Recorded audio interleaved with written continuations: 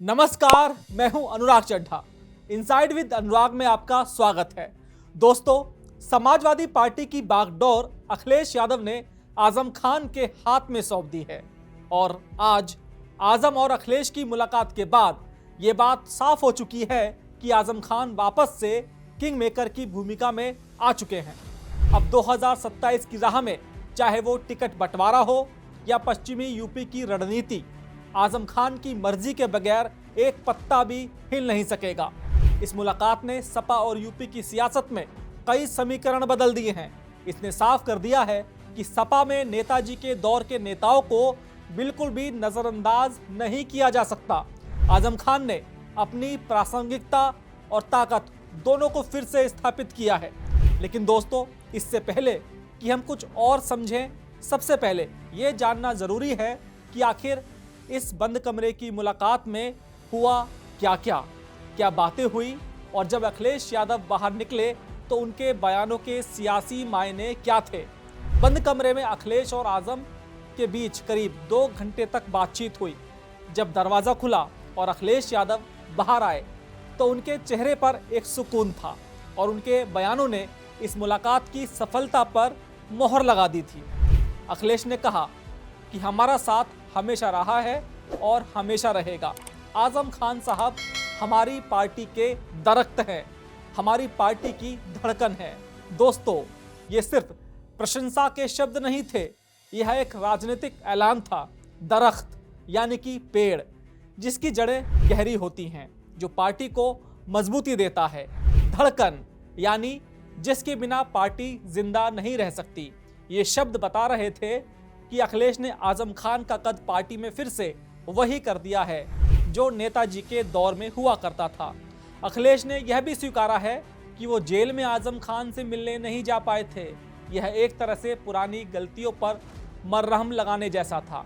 लेकिन सबसे बड़ा दाव अखिलेश यादव ने तब चला जब उन्होंने 2027 का जिक्र किया। उन्होंने कहा कि 2027 में समाजवादी पार्टी की सरकार बनेगी और जब सरकार आएगी तो आजम खान साहब पर लगे सभी मुकदमे वापस होंगे।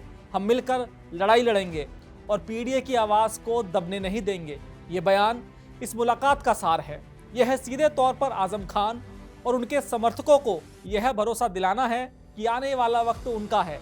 यह सिर्फ एक नेता को मनाना नहीं है, बल्कि उस MY समीकरण के M फैक्टर को यह संदेश देना है कि उनका सबसे बड़ा नेता आज भी पार्टी की धुरी है और समाजवादी सरकार ही उनके हितों की रक्षा करेगी। अब सवाल उठता है कि इस एक मुलाकात से यूपी की सियासत पर आखिर क्या असर पड़ेगा।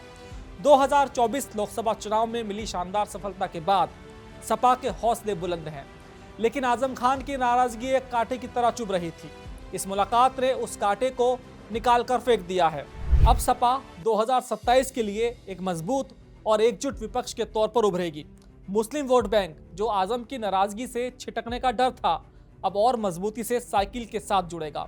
वहीं दूसरी तरफ राजनीतिक गलियारों में ये चर्चा भी आम थी कि अगर आजम खान सपा से अलग होते हैं तो बसपा उनका नया ठिकाना हो सकता है। मायावती इस मौके की तलाश में थी ताकि मुस्लिम वोट बैंक में सेंध लगाकर अपनी खोई हुई राजनीतिक जमीन को वापस पा सके। इस मुलाकात ने बसपा के सारे मंसूबों पर पानी फेर दिया है। साथ ही भाजपा हमेशा से विपक्ष के बिखराव का फायदा उठाती रही है। एक मजबूत और एकजुट सपा जिसमें यादव, मुस्लिम और पीडीए के अन्य घटक पूरी तरह से साथ हों, भाजपा के लिए 2027 की राह मुश्किल कर सकती है।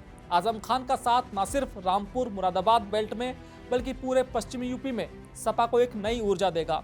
तो ये मुलाकात बेशक समाजवादी पार्टी और अखिलेश यादव के लिए एक बड़ी जीत है, लेकिन सिक्के का दूसरा पहलू ये भी है कि इस जीत की कीमत भी है।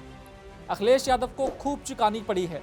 ये मुलाकात अखिलेश की ज़रूरत थी, लेकिन हुई आजम की मर्जी से।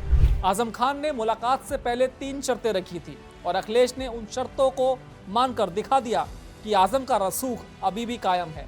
आजम ने साफ कहा था कि ये बैठक 2 लोगों के बीच में होगी, तीसरा इसमें शामिल नहीं होगा। यहाँ तक कि उन्होंने ये भी कह दिया कि न मेरी पत्नी मिलेगी न मेरा बेटा अब्दुल्ला मिलेगा। यह एक सीधा संदेश था। यह कोई पारिवारिक या औपचारिक मिलन नहीं, बल्कि 2 सियासी ताकतों के बीच सीधी बात थी। दूसरी शर्त थी कि रामपुर के सांसद नदवी तो क्या, कोई भी दूसरा नेता अखिलेश के साथ उनके घर में दाखिल नहीं होगा। यह एक संदेश था कि रामपुर आज भी उनका है और वहां उनकी मर्जी के खिलाफ चुना गया सांसद उनके सामने खड़े होने की हैसियत नहीं रखता। तीसरी शर्त, वैसे तो अखिलेश यादव जहां जाते हैं नेताओं का काफिला साथ चलता है, आजम ने इस पर भी ब्रेक लगा दिया। संदेश साफ था कि आप पार्टी के अध्यक्ष होंगे, लेकिन मेरे घर में आप सिर्फ अखिलेश हैं, जिसे मैं नेताजी के ज़माने से जानता हूं। और फिर वही हुआ जिसकी पटकथा आजम ने लिखी थी।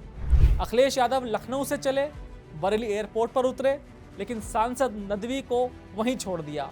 उनका हेलीकॉप्टर सीधे जौहर यूनिवर्सिटी में उतरा, जो आजम के सम्मान की बहाली का प्रतीक था।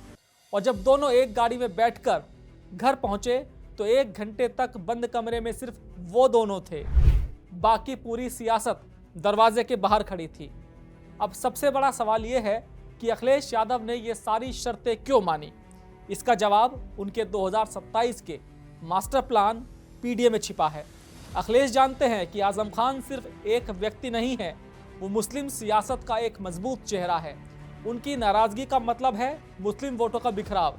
ऐसे में अखिलेश यादव ने एक मंझे हुए राजनेता की तरह बड़े फायदे के लिए छोटी हार को स्वीकार करना बेहतर समझा।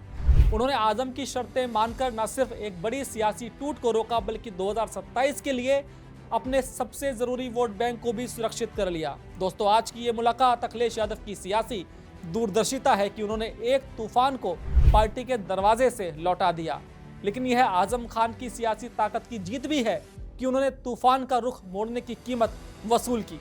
रामपुर से आज जो समाजवादी साइकिल आगे बढ़ी है वो अखिलेश के नेतृत्व में तो है, लेकिन उसका हैंडल आजम खान जैसे पुराने और मजबूत हाथों ने कसकर पकड़ रखा है। 2027 का सफर अब इसी नाजुक तालमेल पर निर्भर रहेगा। दोस्तों, मेरा ये विश्लेषण आपको कैसा लगा कमेंट बॉक्स में जरूर लिखकर बताइएगा। साथ ही साथ मेरे चैनल को सब्सक्राइब करना बिल्कुल मत भूलिएगा। दोस्तों, फिर आपसे मुलाकात होगी किसी दूसरी खबर के साथ। नमस्कार।